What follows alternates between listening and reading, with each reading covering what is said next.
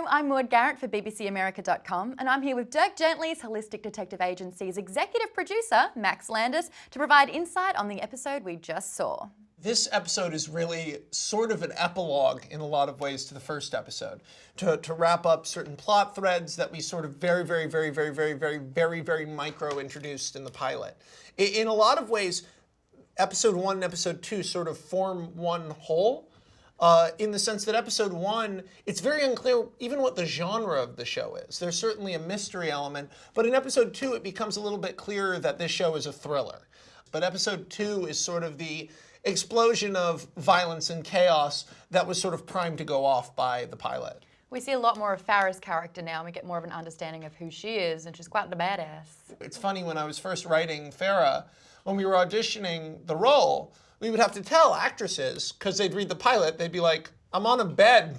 And I'd be like, yeah, she's one of the leads of the show. And they'd be like, uh-huh. And we'd have to show them scenes from later episodes where she is. She's one of the leads, third lead of the show, to sort of convince them that this was a real character and not just some sort of damsel in distress. We understand a lot more about Bart and Ken as well in this one. They're spending a lot more time, I want to say bonding, if it's that. You want some raisins? Oh.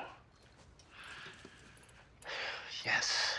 We learn more about Bart here specifically, especially that she professes to have some sort of magical power, which in this episode seems like might be real. Like the thing with the gun, I mean, that wasn't an accident, was it? There's a lot of stuff in the show that isn't direct science fiction, but has to do with almost magical realistic, sort of the flow of the universe.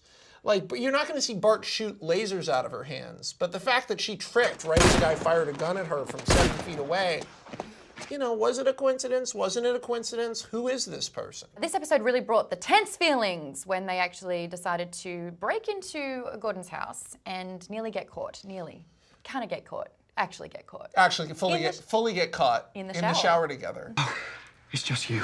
You know, this is the first episode in which a concrete villain is sort of being established. But this guy seems incompetent. He seems weird. Hello? He has some sort of obsession with a dead rock star or a missing rock star. This guy really likes Lux to Shore. You know, it's not a straightforward, here's the big bad of our show. In fact, I give no guarantees about Gordon Rimmer's role in the series going forward. Can you do a Gordon Rimmer impersonation? Yeah, of course.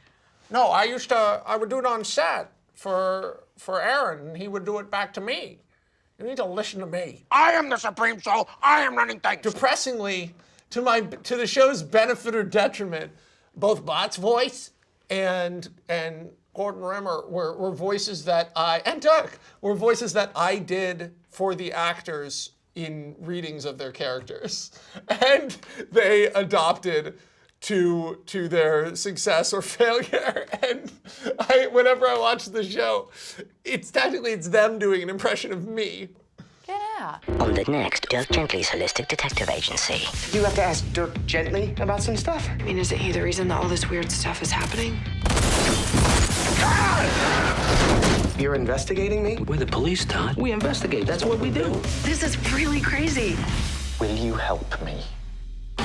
All new Dirk Gently's Holistic Detective Agency, Saturdays at 9 on BBC America. Get caught up on episodes you missed at bbcamerica.com, the BBC America app, and on demand.